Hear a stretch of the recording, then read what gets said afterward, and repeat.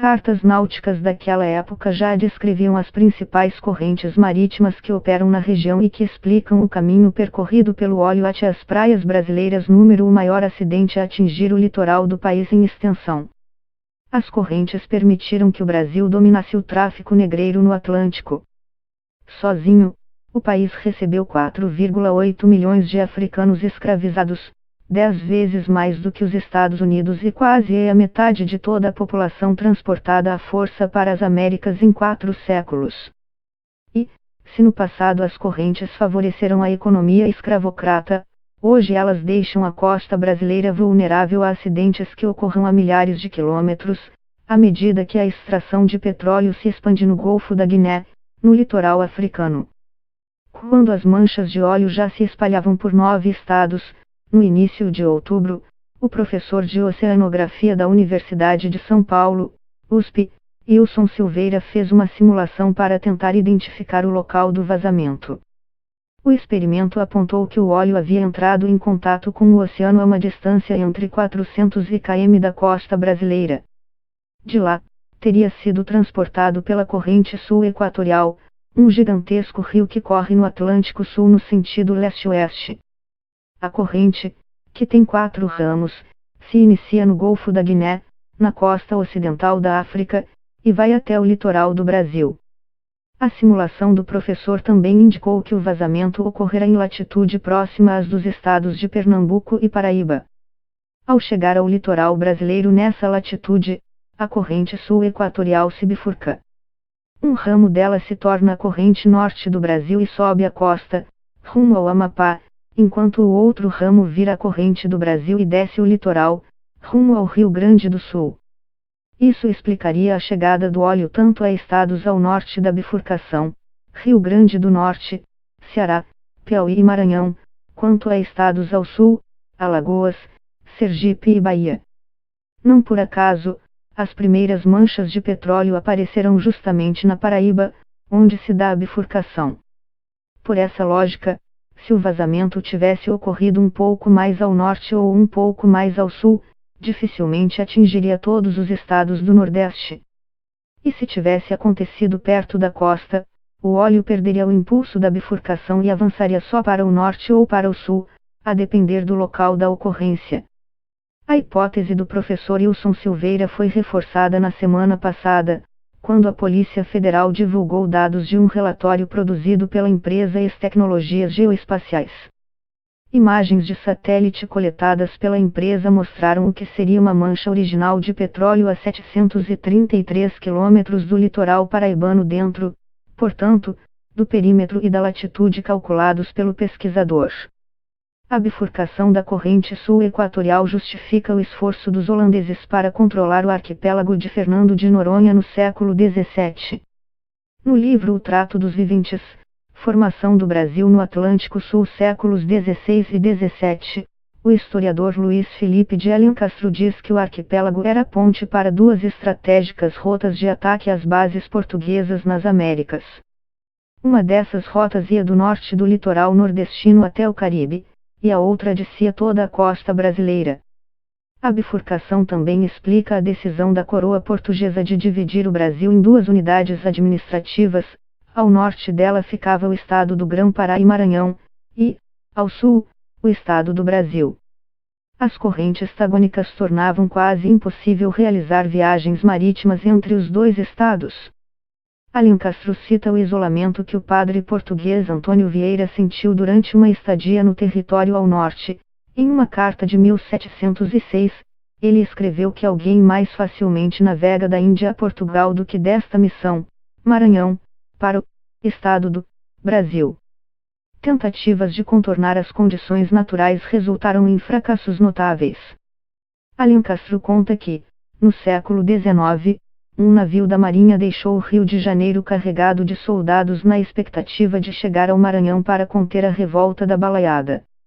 A embarcação enfrentou fortes correntes contrárias e foi forçada a aportar em Montevidéu, no Uruguai, centenas de quilômetros ao sul do ponto de partida. As correntes explicam por que, desde o surgimento das primeiras manchas, O professor Wilson Silveira descartou que o óleo tivesse vazando diretamente de alguma plataforma na Venezuela. Afinal, a corrente norte do Brasil vai do Rio Grande do Norte até a Venezuela, no sentido contrário ao da propagação das manchas. A lógica das correntes também influenciou o desenvolvimento econômico dos territórios brasileiros num momento em que o tráfico de africanos escravizados era um dos pilares da economia nacional. As viagens dos navios negreiros até o estado do Grão-Pará e Maranhão eram triangulares. As embarcações costumavam partir de Lisboa rumo à atual Guiné-Bissau e, de lá, viajavam com escravos até o Maranhão, de onde voltavam a Portugal carregados com drogas do sertão, produtos florestais. As trocas entre a África e o estado do Brasil, porém, dispensavam a escala em Portugal. Segundo Alencastro, por causa das condições naturais favoráveis, viagens de ida e volta entre a África e os portos brasileiros ao sul de Recife eram 40% mais curtas do que deslocamentos entre o continente africano e portos no Caribe ou nos Estados Unidos, outros importantes destinos de africanos escravizados. Enquanto a corrente sul-equatorial facilitava o trajeto África-Brasil, outras condições naturais favoreciam a viagem de volta. Para chegar à costa africana, os navios luso-brasileiros podiam pegar carona no anticiclone de Santa Helena, uma zona de alta pressão atmosférica que opera como uma grande roldana, com os ventos soprando em espiral. Podiam ainda pegar a contracorrente sul-equatorial, um canal que corre no sentido contrário à sul-equatorial, entre os dois ramos austrais da corrente. A relativa segurança e facilidade como se navegava da costa brasileira ao Golfo de Guiné ou Angola permitia que navios de pequeno porte, como as escunas de 2 mastros que navegavam no Rio São Francisco, empreitassem viagens negreiras, escreve Alencastro.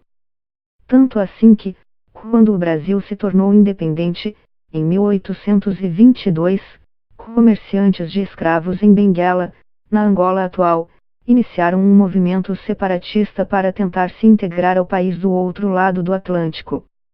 Na época, 2 das principais rotas no comércio transatlântico de escravos uniam Brasil e África, a maior delas, entre Luanda e Rio de Janeiro, e a rota entre Salvador e o Golfo da Guiné, com escala na ilha de São Tomé. Segundo Alencastro, as correntes também ajudam a explicar por que a escravidão de indígenas nunca alcançou a mesma dimensão que a dos africanos no Brasil, mesmo que todos os ameríndios da Amazônia aparecessem acorrentados nas margens do Pará e do Maranhão para se entregar, diz o historiador. Os ventos e as correntes continuariam a bloquear seu transporte até os principais mercados em Pernambuco, na Bahia e em São Paulo. Já as travessias Brasil-Angola eram quase sempre acompanhadas por bom tempo ou por muito poucos distúrbios no mar e ventos, como escreveu em 1799 o governador de Angola. Essas correntes marítimas que favoreceram a navegação entre Brasil e África no tempo da escravidão hoje tornam o Brasil vulnerável a vazamentos de petróleo que ocorram a milhares da costa brasileira, perto do litoral africano. A extração do petróleo em plataformas marítimas é atualmente a principal atividade econômica de vários países do Golfo da Guiné, entre os quais Congo, Gabão e Guiné Equatorial. Espera-se que a produção cresça ainda mais conforme tecnologias de extração em águas profundas, como as adotadas pelo Brasil no pré-sal, se expandam pela região. O professor Wilson Silveira diz que, em tese, a força das correntes marítimas pode fazer com que o litoral brasileiro seja afetado por vazamentos nessas plataformas no futuro.